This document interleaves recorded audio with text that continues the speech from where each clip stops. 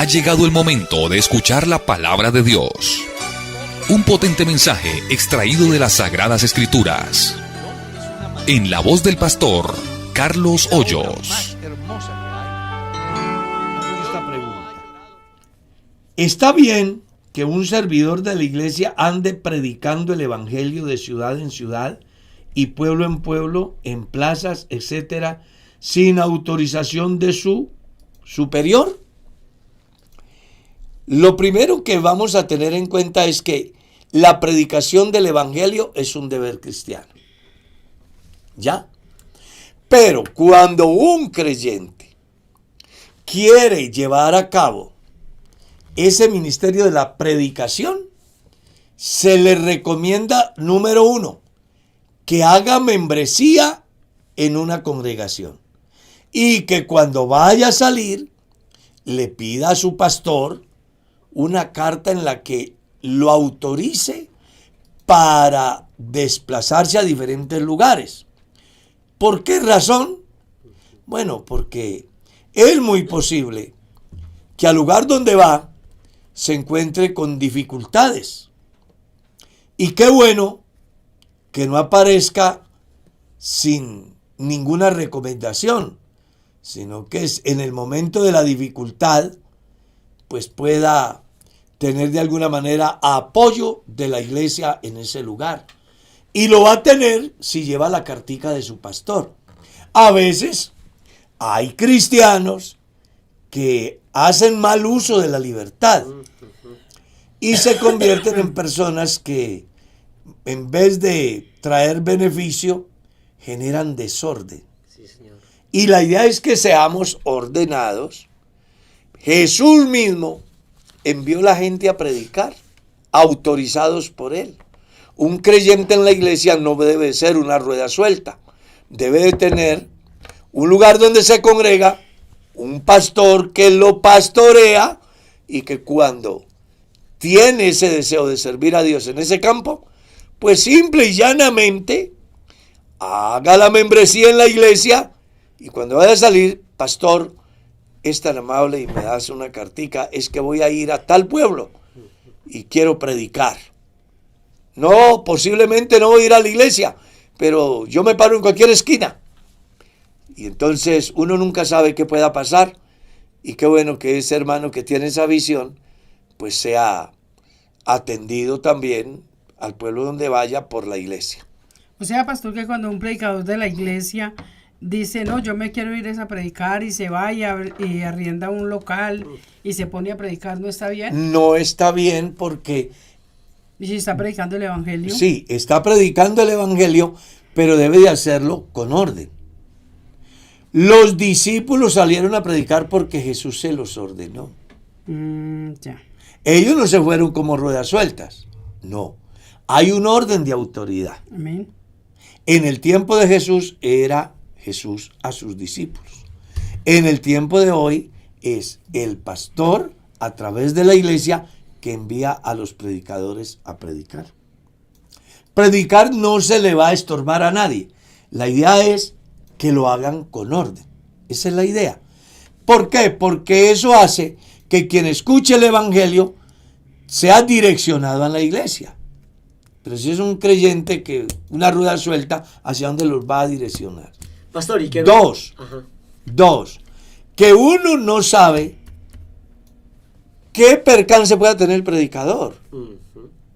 Y en un momento difícil, yo se lo digo, porque yo fui a predicar a un pueblo, eso sí, autorizado.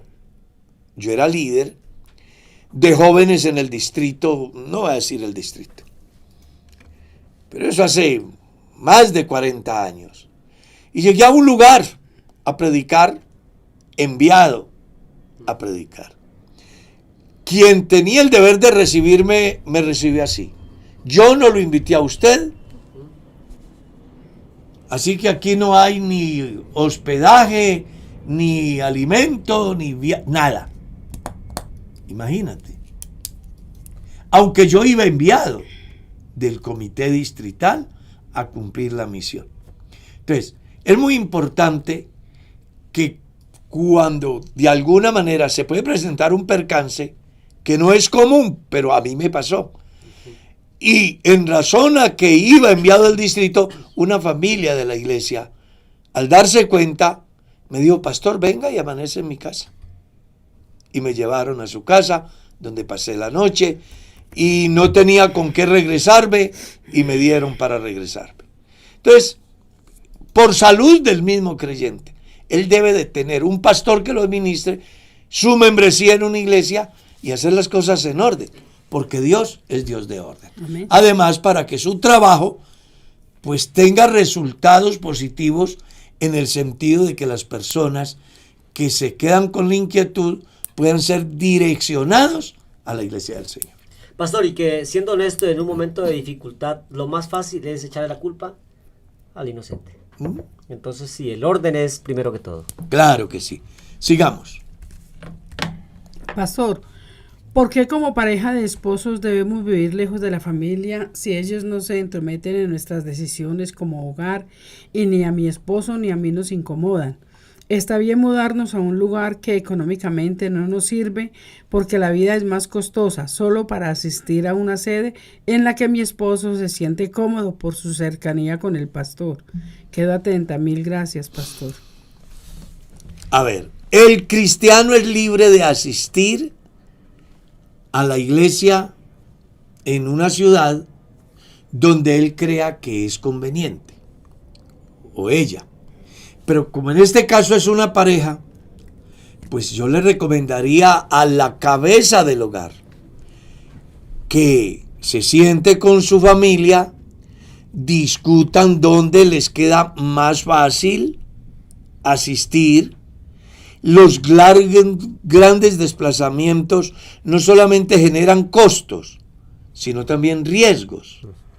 Entonces, la iglesia por filosofía tiene tener una sede cerca de usted, para que usted esté ahí y pueda convertirse en un instrumento que ayuda al desarrollo de la obra de Dios en primer lugar.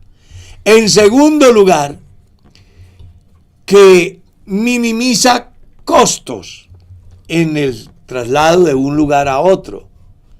En tercer lugar, minimiza riesgos. ¿Ya? Ahora bien, cuando se presenta el tal fenómeno de que no puedo vivir cerca de la familia, hombre, yo pienso que uno sí puede vivir cerca de la familia.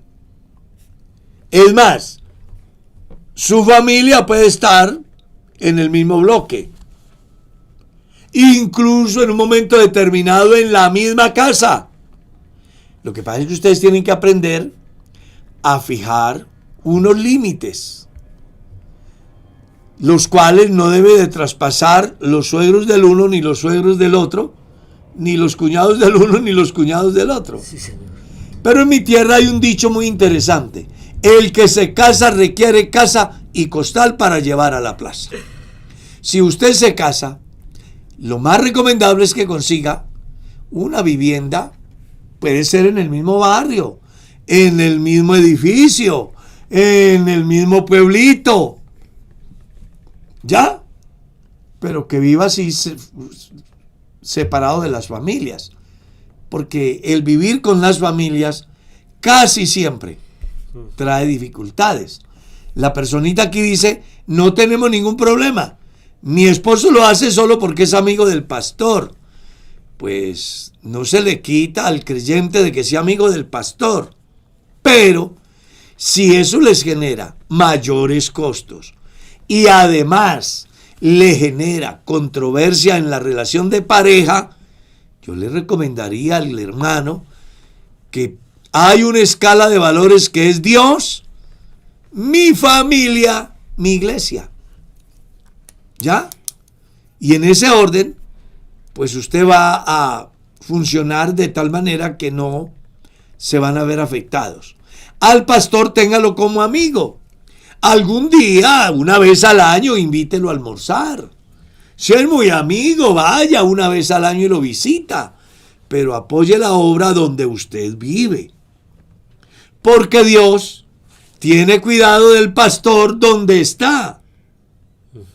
Y pues aprovecho para hacerle saber que a nivel de iglesia es severamente sancionado o cuestionado el que un pastor convide a un creyente para que se haga miembro de su iglesia porque tiene de alguna manera ciertos intereses. No. Los hermanos son libres, son de Dios. Ellos pueden elegir y ningún pastor debe de comprometer a ningún creyente con un cargo para que asista a su congregación. Eso es falta de ética, falta de lealtad. Y usted como creyente no se deje utilizar. Tenga carácter. Asista donde usted quiera, pero que sea porque usted quiera. Eso sí, poniéndose de acuerdo con la familia, porque de nada me gano hacer un recorrido de 10, 20, 30 kilómetros, porque tengo un amigo y por llegar donde el amigo tengo el problema con la mujer. Pues no. Con los hijos. O con los hijos.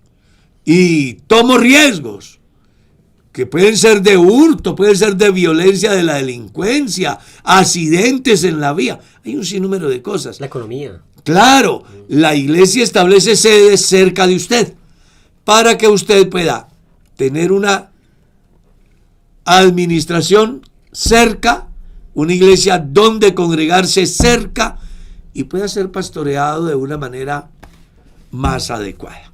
Sí, señor. El Señor Jesús le bendiga, hermano Carlos. Hermano Carlos, una pregunta. ¿Un hermano que mata cerdos puede vender la sangre? Interesante la pregunta, nunca había escuchado una. Sí.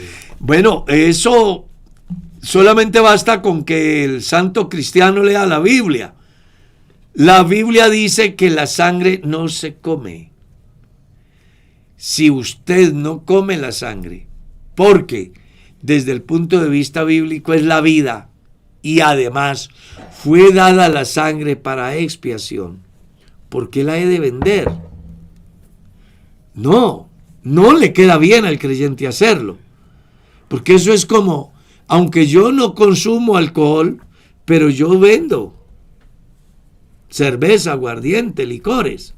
Aunque yo no soy vicioso, pero vendo bazuco, marihuana, cocaína, heroína. Venga, ¿qué clase de cristianos somos? Hay que ponerle cuidado. Es muy interesante que este creyente se acerque a su pastor y le pida una asesoría. Supongo que no es la persona afectada que hace la pregunta, sino alguien que ve. Pero ojalá que esta persona hablara con su pastor y pida una consejería al respecto, porque no podemos participar de los pecados ajenos. Y eso es participar del pecado ajeno. Yo no adoro los ídolos, pero tengo una tienda de ídolos. Eso no tiene sentido. Tenemos que decidir, ¿somos cristianos o no? Bueno, sigamos. En base a lo que el pastor está hablando, hay una pregunta aquí muy interesante. Tengo una tienda y vendo voces, pegante para zapatos, y un cliente frecuenta mucho y he notado que le está dando un mal uso. Creo que está ingiriendo como sustancia psicoactiva. ¿Qué debo hacer? No venderle y decirle, venga, este Bowser tiene otro fin y yo no puedo contribuir con su propia destrucción. Yo quiero hablarle del amor de Cristo. Creo que es una oportunidad que Dios le está dando al hermano para que se convierta en el misionero para esa persona, a la cual, si ora por él y le habla del amor de Cristo, es muy posible que el milagro se haga y entonces este joven pueda ser salvo. Amén. Sigamos. Sí, señor. Tengo una pregunta, mi querido hermano Carlos. Hay algunos hermanos que dicen que desde que se entregó al Evangelio le ha ido un poco mal en las cosas materiales y en su salud. ¿Puede decir algo sobre esto? Dios no le prometió a nadie dinero, salud, placer. No. Lea lo que dice el evangelista. Jesús les dijo, si alguno quiere venir en pos de mí, niéguese a sí mismo. tome su cruz y sígame. El hecho de que yo sea cristiano en ninguna manera me garantiza prosperidad como venden muchos por ahí. A mí lo que me garantiza es salvación, independientemente de la situación que tenga que vivir. Yo debo de saber que Jesús tenía razón cuando dijo: buscad primero el reino de Dios y su justicia, y lo demás vendrá por añadidura. Importante sería que el creyente se preguntase: ¿qué es bien en el desarrollo de la vida? Porque si irle bien a la persona es conseguir dinero, es conseguir fama, y perder el alma, pues es una cosa. Pero si irme bien es hacer la voluntad de Dios y aceptarla independientemente como venga, consciente que mi profesión de fe trae resultados eternos, no importa. Lea lo que está escrito. Aunque mi padre y mi madre me dejaren, con todo Jehová me recogerá. Y tenga en cuenta que Jesús mismo dijo: el que no aborreciere padre, madre, hermanos, hijos, bienes, casas, por seguirme a mí, no es digno de mí, no puede ser mi discípulo. Recuerda, las promesas materiales, las cuales muchos reclaman basados en la Biblia, casi siempre fueron direccionadas al pueblo de Israel, porque ellos estaban bajo un pacto de promesas materiales. Las promesas para la iglesia son espirituales y eternas. Para Israel es una tierra que fluye leche y miel. Para la iglesia es el cielo, donde allí no habrá sol, ni habrá luna, ni habrá noche, porque el Cordero, que es su lumbrera, estará siempre con los cristianos. Puede ser, pastor, que también la persona que piensa, o las personas que piensan así, se entregan al evangelio buscando un bien material. Claro. Una espiritual. Cuando una persona conoce a Dios, está en la circunstancia que esté, ahí va firme en Dios. Un ejemplo es Job. Lo perdió todo y no se quejó. Y cuando la mujer lo incitó a renunciar, él dijo: ¿solo recibiremos el bien y no el mal? Jehová dio y Jehová quitó. El profeta de Dios dijo, estaba tan apasionado por la obra de Dios, que dijo: aunque me quites la vida, yo no te dejaré. Y el apóstol, ante una multitud que se desmembra porque el discurso de Jesús es fuerte, según San Juan 6, se acerca a decirle: Señor, todos se van. Jesús le dice: ¿se quieren ir ustedes también? ¿Y qué fue lo que dijo Pedro? Señor, ¿a quién iremos? ¿A quién iremos? Solo tú tienes palabra de vida eterna. El cristiano debe de aprender a entender que la vida cristiana es vida cristiana porque se tiene a Dios, porque se tiene abundancia, porque se tiene escasez, porque me honran, porque me deshonran, porque estoy aliviado, porque me enfermo, porque tengo donde vivir, porque no tengo donde vivir, porque estoy vivo, porque me muero. Pues al final yo le pertenezco a Él y Él es la resurrección y la vida. Y ya está escrito que el que vive y cree en Él, aunque esté muerto, vivirá. Amén. ¿Qué ganará el hombre si llegase a obtener todo y pierde el alma? Preocúpese por su salvación, que lo demás Dios proveerá. Pastor, Sigamos. en mi caso, si fuese personal y tengo un negocio, una buena economía, y como dice la pregunta, entro al evangelio y me comienza a ir un poco regular en la parte económica, puedo entender también que si yo tengo un verdadero arrepentimiento, me ayudará a entender de que esos dineros no tenían una buena entrada, se puede decir, ¿no? Porque puede ser que yo tenga dificultades en la economía y hago cosas deshonestas, pero entro al evangelio y soy corregido, por ejemplo. También uno debe entender eso. Conocí el caso de una familia que vivía de vender alcohol. Por ejemplo, sí, señor. En los pueblos se llaman cantinas. Y resulta que llegó el evangelio. Y el hombre entendió y le ha dicho al pastor: ¿y ahora qué hago? Si de esto es que vivo. Y el pastor le ha dicho: no, pues oremos a Dios. Dios nos va a ir mostrando. Y pastor sabio, que si de una vez lo Don Mocha. Pues claro.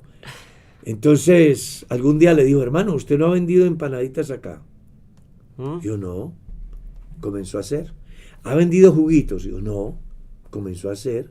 Y un día cualquiera, lo que era una cantina, se ha convertido en un restaurante. Oh, wow. El más apetecido del pueblo. Y Dios los bendijo de tal manera que compraron casa, compraron finca, su familia vivió bien y Dios le mostró que no era necesario estar vendiendo cosas que van en contra de la salud de la gente. Estupendo. Sigamos. Dios le bendiga. Tengo una duda, mi pastor. ¿Por qué se dice que la salvación es individual y que nosotros como padres no debemos obligar a los hijos a ser cristianos? A ver. Es que Dios no obliga a nadie. Él dice, si alguno quiere. La salvación no se hereda. La salvación es un milagro que Dios hace en la vida de nuestros hijos. Que nosotros como padres de familia tenemos un rol muy importante que va dirigido en varios sentidos. Uno, instrucción. Instruirlos en el camino de Dios. Enseñarles los valores cristianos. 2, estorbarles para que no pequen. Sí, Si van a hacer algo malo, ponerles el obstáculo para que no pequen. ¿Ya?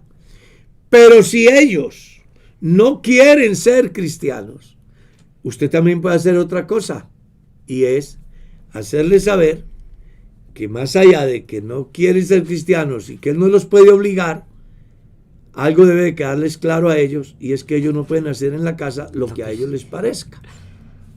Así que mientras vivan en mi casa, coman en mi casa y disfruten de la bendición que Dios me da, pues ellos deben de hacer lo que yo digo.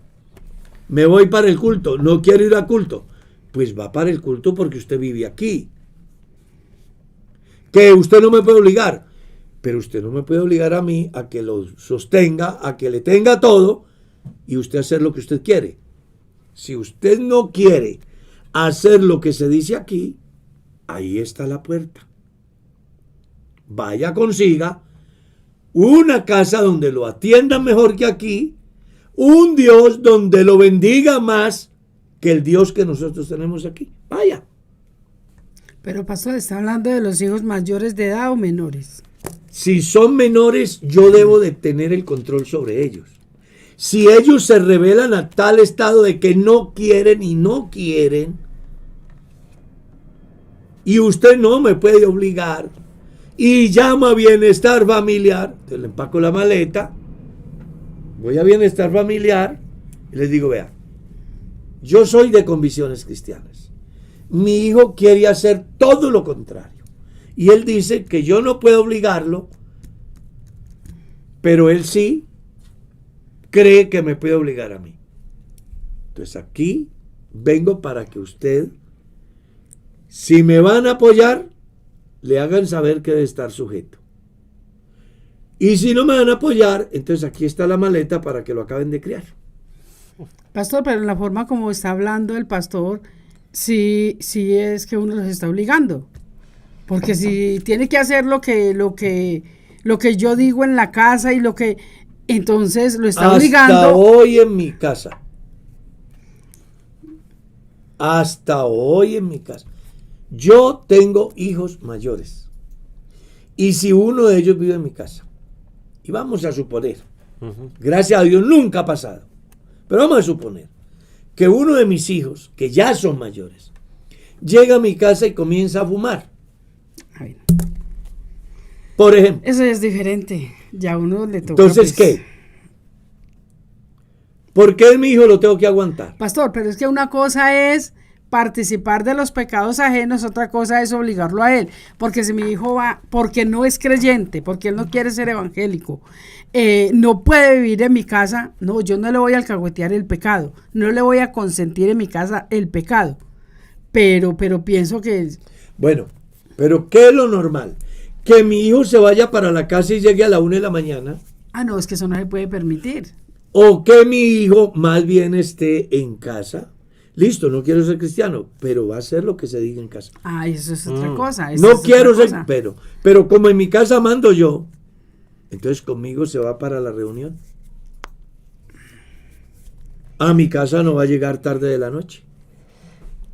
A mi casa no va a traer la amigovia que es la amante. O el amigobio que es el amante. No me va a traer vicio acá. Él tendrá que tomar una decisión. Se somete a las reglas de la casa. Es que hay una lógica. Usted va a una empresa, el uniforme es con botas amarillas. ¿Usted qué? ¿Pierde el empleo o se pone las botas amarillas? Usted vive en la casa, lo tiene todo. No. Usted vive en la casa, lo tiene todo. Ajá. Pero hay una exigencia. Así, claro. Comportamiento. Exacto. Quiere perder todo respetar por la casa, darle libertad a sus... No. Simplemente no. Ya me faltan pocos días, poco más de 3 años, para llegar a la edad de la gente que se va. Pero espero estos 3 años todavía seguir ahí. Pastor, porque vea, gran parte de los hijos no me vaya a interpretar. No. Dios sabe que en la casa creo que soy más templada yo en mi casa con mis hijos que él. Es que creo que así es y dicho por ellos también. Pero entonces yo pienso que uno no puede obligar a los hijos a que, por ejemplo, si yo tengo un hijo de 17 años, y lo digo porque hay mucha gente que nos está escuchando, entonces yo no le voy a alcahuetear a mi hija que venga con sus cosas o que venga y amanezca con su novio o que llegue borracha, pero tampoco la puedo obligar a ser cristiana. Ella me respeta la casa y si ella va a vivir, nos va a respetar a nosotros, va a cumplir las reglas de la casa. Su comportamiento limpio. Exacto. Entonces mi deber es orar para que Dios haga el milagro en esa muchacha, porque la salvación no se hereda. La salvación es un milagro en la vida de toda persona. Entonces yo creo, por ejemplo, a mí me decía una familiar, me decía, usted es tan amiga de mi hermana en carne y sabiendo que ella tiene un comportamiento tan feo. Digo yo, pero es que una cosa es una cosa y otra cosa, yo no puedo obligar a nadie ni meterlo al cielo a las malas.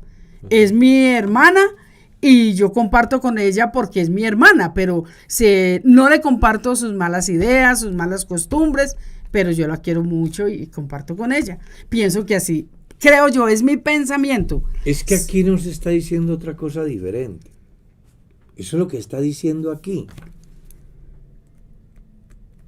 Si la persona se somete a todo lo que se dice en casa. Exacto.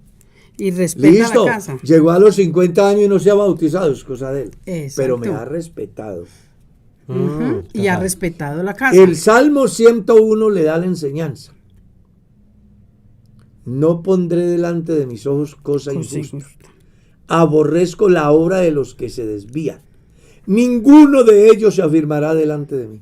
No, y la Biblia también dice que Dios castigó a Eli porque no le estorbó a los hijos. Entonces hay que estorbar el pecado, porque hay que estorbarlo. Estorbar el pecado. Y rogar a Dios. No se puede permitir el pecado. Exacto, sí. No, porque ¿cómo así que mi hijo no puede ir al culto?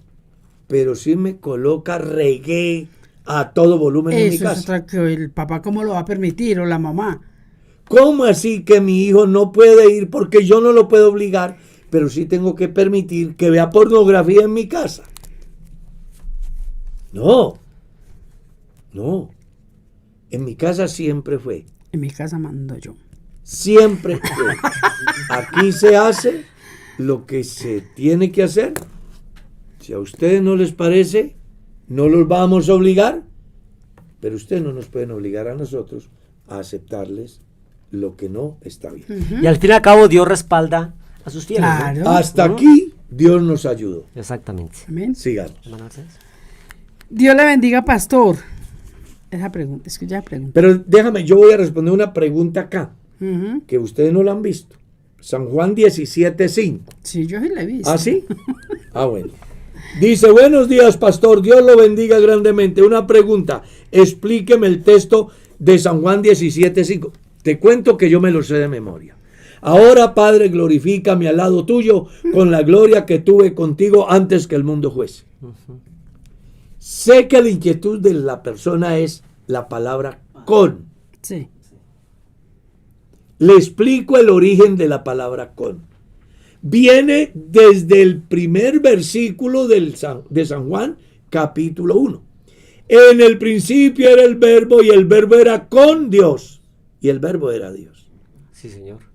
Si lo lees en la Vulgata Latina, encuentras una nota marginal que dice: algunos traducen con Dios, basados en el pensamiento de Crisóstomo, Tomás de Aquino, Teofilato, que decían: con Dios establece la diferencia de personas. En Dios, la unicidad de la esencia. ¿Ves? Porque la edición primera de la Vulgata Latina, tú lees: en el principio ya estaba el verbo, y el verbo era Dios, y el verbo estaba en Dios. Esto era en el principio en Dios. Pero estos señores, teólogos católicos, afectados por las doctrinas babilónicas y politeístas, entonces quitaron la palabra en y colocaron la palabra con. Cuando la razón natural, es que usted no necesita tener 5 centímetros de cerebro para entender el texto. No necesita tener 1 milímetro de cerebro. Vea, la palabra nunca está con. La palabra está en. Conmigo está Armando. Conmigo está Mercedes. Conmigo está Alex. Y conmigo están ustedes los que están escuchando. Pero ustedes no están en mí. En mí está la palabra. La palabra es la exteriorización del ser. Es hacer visible las emociones, los sentimientos, los pensamientos, que no están al lado del individuo, están en el individuo. Lo que el texto está diciendo es que Jesús es la expresión de Dios hecha carne en el mundo. Si alguien quería ver a Dios de manera visible, simplemente Jesús es Dios hecho visible. Entonces, en la oración sacerdotal, que es San Juan capítulo 17, si lees en la Vulgata Latina, mira cómo dice, y lo reto para que vaya y lo lea.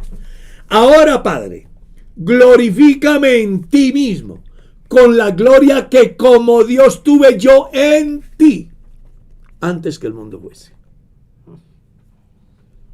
Es diferente.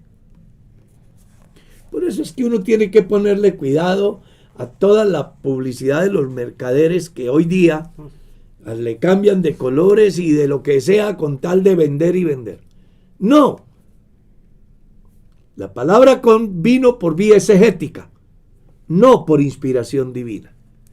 Cambiaron en por con. Y ahí es donde aparece la dificultad que afecta a muchos, pero que solamente basta con hacer un pequeño análisis. Lo que usted está pensando, ¿está al lado suyo o está en usted? Si está al lado suyo, entonces con. Pero si está en usted, es simple y llanamente el resultado de su ser. Por eso es que es apasionante la doctrina de la unicidad, porque muestra a grandes rasgos y sin sombra a duda que la presencia de Jesús en el escenario humano es la exteriorización del sentimiento de Dios hecho carne a favor de los mortales. Sigamos. Excelente respuesta. Muy bueno. Buenos días, hermano. Dios lo bendiga, hermano Carlos y mesa de trabajo. Quisiera preguntar sobre un versículo de Primera de Juan capítulo 5 verso 8. Sé que esta parte se ha agregado, pero quisiera escuchar su respuesta. Ya. 3 son los que dan testimonio en el cielo: el Padre, el Verbo y el Espíritu. ¿Cierto? Sí, señor. En ningún texto primitivo aparece ese texto. Ese texto vino por vía exegética. Y no lo digo yo. Adquiera versiones de las más antiguas y en la nota marginal vas a encontrar.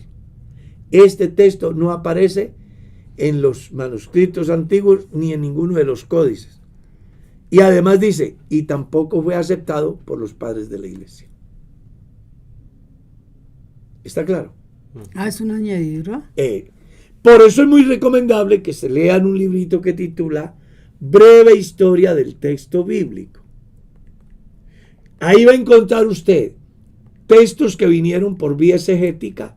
¿Qué es exegética, pastor? Que alguien se sentó a estudiar un versículo, hizo una interpretación, colocó abajo una notica donde él hace saber lo que piensa del texto. Luego el nuevo editor lee el texto y lee la nota. Entonces quita la rayita y lo deja como texto. Ya. ¿Está claro? Sí, señor. Los textos repetidos. Los textos que fueron compuestos de dos textos. ¿Ya? Es muy interesante el librito. Que las personas muchas veces pues se encuentran y se confunden.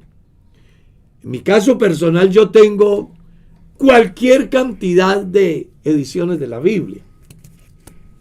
Y cuando se me genera una inquietud con relación a una palabra, a algo, voy y consulto para encontrar, entre todo, el verdadero sentido de reunir, como dicen por ahí, atar cabos y encontrar el verdadero sentido de lo que quería decir el texto. ¿Ya? Sigamos. Pastor, hay una persona que está confundida y dice, si un hermano habla en lenguas, ¿significa que vive una vida de santidad? ¿O se puede hablar en lenguas y no tener una vida de santidad? La historia dice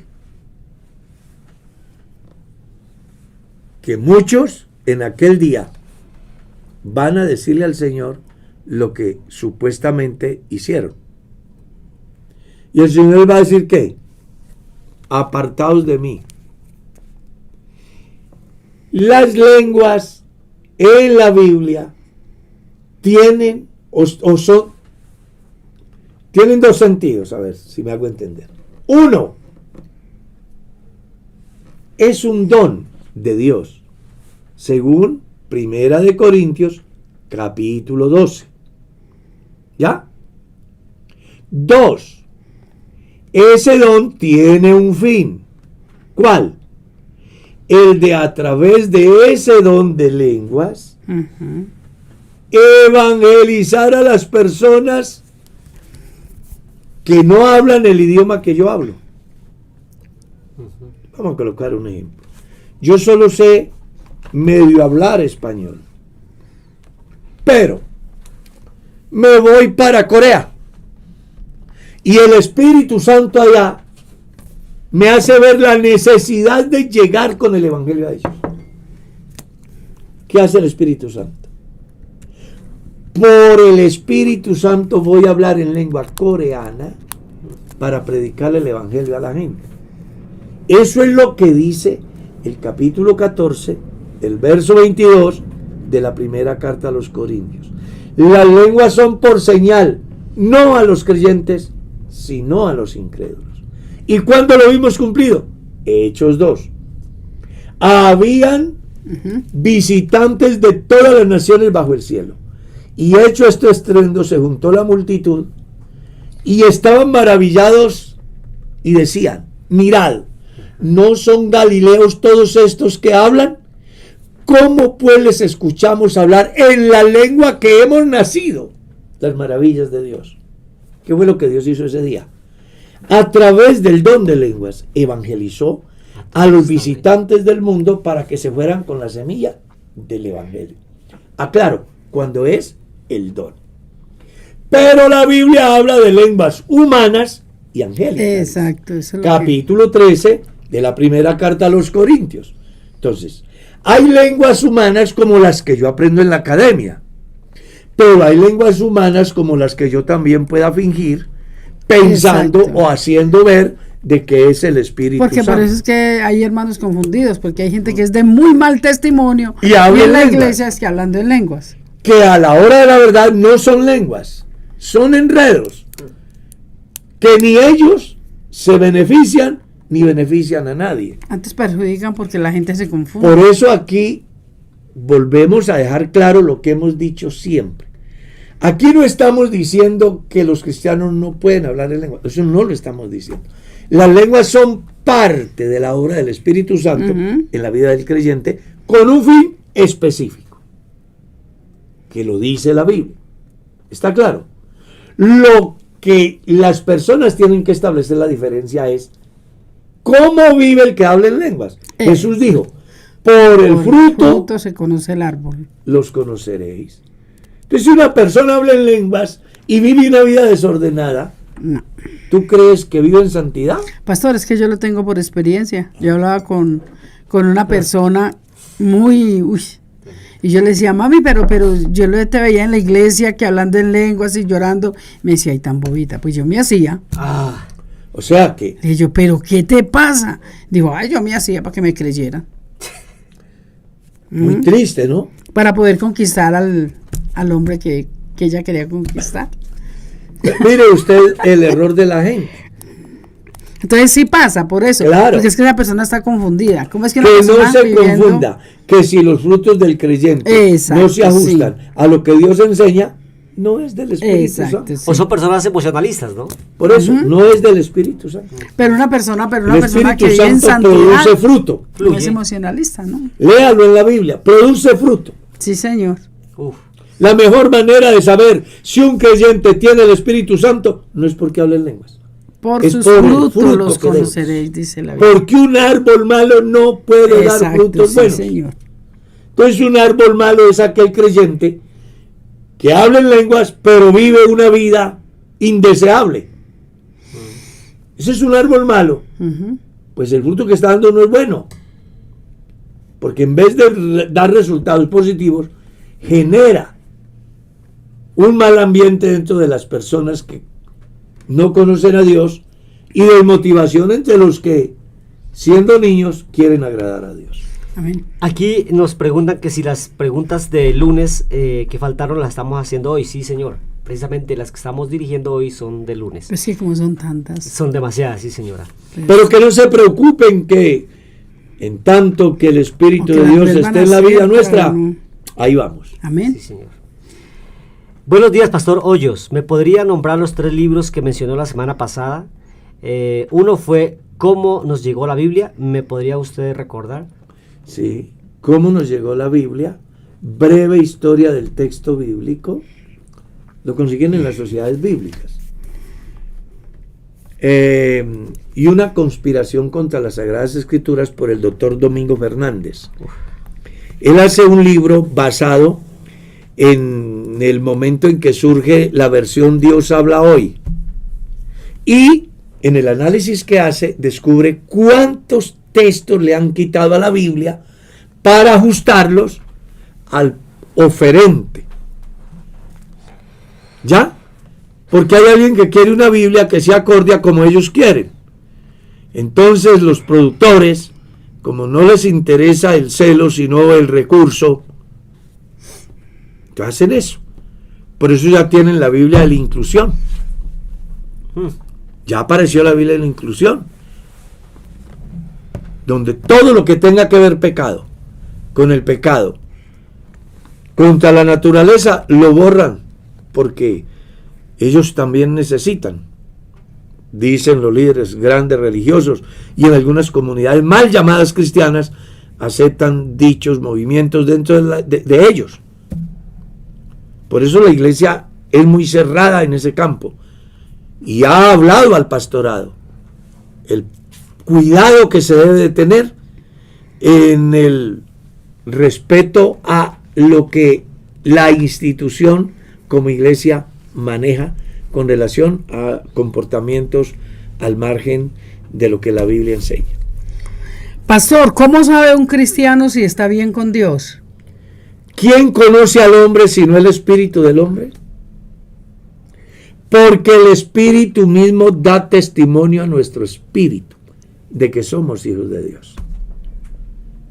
La mejor manera de yo saber si el Espíritu de Dios está en mi vida es aprendiendo a entender cada paso que doy y no ir en contravía de lo que Dios enseña. Sé que se le genera confusión a la persona, porque puede darse que en un momento viene una tentación y entonces él se siente frustrado, inclusive pecador. Pero aquí el problema no es la tentación, el problema aquí es la práctica del pecado. Que se deje llevar de la Que se deje llevar tentación. de la tentación. Santiago capítulo 1 lo enseña claramente. Cuando alguno es tentado, no diga que es tentado de parte de Dios, porque Dios no tienta a nadie ni puede ser tentado, sino que la tentación viene de su propia concupiscencia. Y en su proceso lo lleva hasta llevar a cabo el pecado. Y una vez el pecado consumado, da como resultado la muerte. Entonces, todos los seres humanos somos tentados. Y eso no quiere decir que no seamos cristianos, que no tengamos a Dios. El problema es cuando yo accedo a la tentación. Cuando yo caigo en la tentación. Y le doy como permiso al... Por eso, cuando yo siento el deseo de pecar y en vez de resistir, le doy rienda suelta, alimento. Porque para que el pecado se consume hay un camino. ¿Ya? Ver, oler, probar, tomar. Léalo en Génesis. Los 5 sentidos de Adán y Eva fueron afectados por el enemigo. Entonces él comienza afectando por lo que ve, por lo que oye, por lo que huele, por lo que palpa, por lo que come. Eso fue lo que le pasó a la primera. La seducción. Exactamente. Nadie cae de la noche a la mañana. Nadie cae. Pastor, Dios lo bendiga. Mi pregunta es, ¿dónde estuvo el Espíritu de Jesús en los 3 días que estuvo muerto antes de resucitar? Lo que pasa es que ahí hay que hacer algo que es muy importante. Si uno lee la Biblia, entonces debe tener en cuenta que Jesús, como hombre, tiene su espíritu humano. Ese es decir, el motor que lo hace mover. Pero como Dios, Él es espíritu. Y si Jesús como Dios es espíritu, no vaya a pensar que Jesús estaba fuera del sepulcro. Dios estaba donde Él en su programa salvífico determinó para cumplir la misión, como era resucitar al tercer día. ¿Ya? Para hacer posible la salvación de los hombres. La Biblia no dice, en tanto que Jesús en el campo humano estaba en medio de la cueva, el Espíritu de Jesús estaba en él. La Biblia no dice eso. Por eso hay respuestas que son muy subjetivas, que quienes tratamos de hacer una explicación buscamos la forma de ser objetivos, pero que de alguna manera va a ser subjetiva, porque las únicas preguntas o respuestas que se pueden dar sin ningún temor al pensamiento del hombre son las que responde la Biblia. Pero las que responde el hombre por naturaleza, entonces están relacionadas con lo que el hombre piensa. Entonces, ¿dónde estaba el Espíritu de Jesús? Bueno, es interesante que entiendas que una cosa es, Jesús en la condición humana tiene espíritu de hombre, que es el que lo hace mover. Pero en la condición de Dios, simplemente es Dios. Eso es lo que yo puedo decir. Ok, van a ver. He escuchado que el diablo, creo que también es la primera vez que lo escucho, que es que he escuchado que el diablo era líder de alabanza. ¿En qué parte de la Biblia dice esto? No, la Biblia no dice eso. La Biblia lo que dice es que el día de su creación sonaron los más excelentes instrumentos. oh querubín precioso, el día de tu creación estabas entre piedras preciosas y se hizo todo lo más hermoso, lo más lindo, porque era la obra magna de Dios. Sonaron instrumentos, todo. Pero no él, que fuera el líder. Eso es un invento de la gente. Saludos al pastor Carlos Fernando Hoyos Foronda y a la hermana Merceditas. Un abrazo. Les amamos. Bueno, lo digo porque es un saludo especial que le envían, ¿no? Amén, amén. Dios le bendiga, pastor. ¿El Goliat que David mató es el mismo Goliat de 2 Samuel capítulo 21, el verso 20? Claro, es el mismo Goliat. Ok. Amén. ¿Cuáles son esos espíritus inmundos de Apocalipsis 16:13, pastor? Pues son los espíritus inmundos. ¿Cuáles son? Y me queda muy difícil decirle. Pero son los que están ahí. Apocalipsis 16:13 leamos. No me quería reír, pero... Mire lo que dice aquí, 16:13. Recuerde que se habla de las copas de la ira, ¿ya? Y dice aquí, el sexto ángel derramó su copa sobre el gran río Éufrates y el agua de éste se secó para que estuviese preparado el camino a los reyes del oriente. O sea, hablando de la invasión que va a sufrir Israel de China, de Rusia, de todos sus vecinos. Israel va a ser rodeado para que se cumpla lo que está escrito en el Evangelio de Lucas después de que Jesús hace su lamento. Jerusalén, Jerusalén, que matas a los profetas, apedreas a los que te son enviados. ¿Cuántas veces quise juntarte? Como la gallina junta sus polluelos debajo de su sala y no quisiste. En el lamento Jesús dice, vendrá el tiempo cuando Jerusalén será rodeada. Eso se va a dar simple y llanamente después de que la iglesia se vaya. Ellos van a tener, pues se llama el aprieto de Jacob, la gran tribulación. Y dice que en ese sello, en ese sexto, el sexto ángel que derramó su copa, en ese mismo evento dice, vi salir de la boca del dragón y de la boca de la bestia y de la boca del falso profeta 3 espíritus inmundos a maneras de ranas. Bueno, la Biblia dice la anatomía era forma de rana, pero también dice de dónde salen. Sí, del dragón, de la bestia y del falso profeta. Contextualicémoslo con lo que Jesús dijo. ¿Un árbol malo da qué? Frutos malos. ¿Cree usted que el dragón era un árbol bueno? ¿Que el falso profeta era un árbol bueno? Negativo. ¿Ah? Eran malos. Malos. Por supuesto que lo que sale de ellos, pues es malo. Eso es lo que yo puedo decir según la Biblia. Amén. Ahora, las dimensiones, si tenían corazón o no, eso sí no puedo decírselo yo porque la Biblia no lo dice. Es una visión que Juan está viendo. ¿Ya? En un momento trascendental de la historia para el pueblo de Israel, que se va a dar después de la mitad de la semana, de la primera mitad de la semana, 70.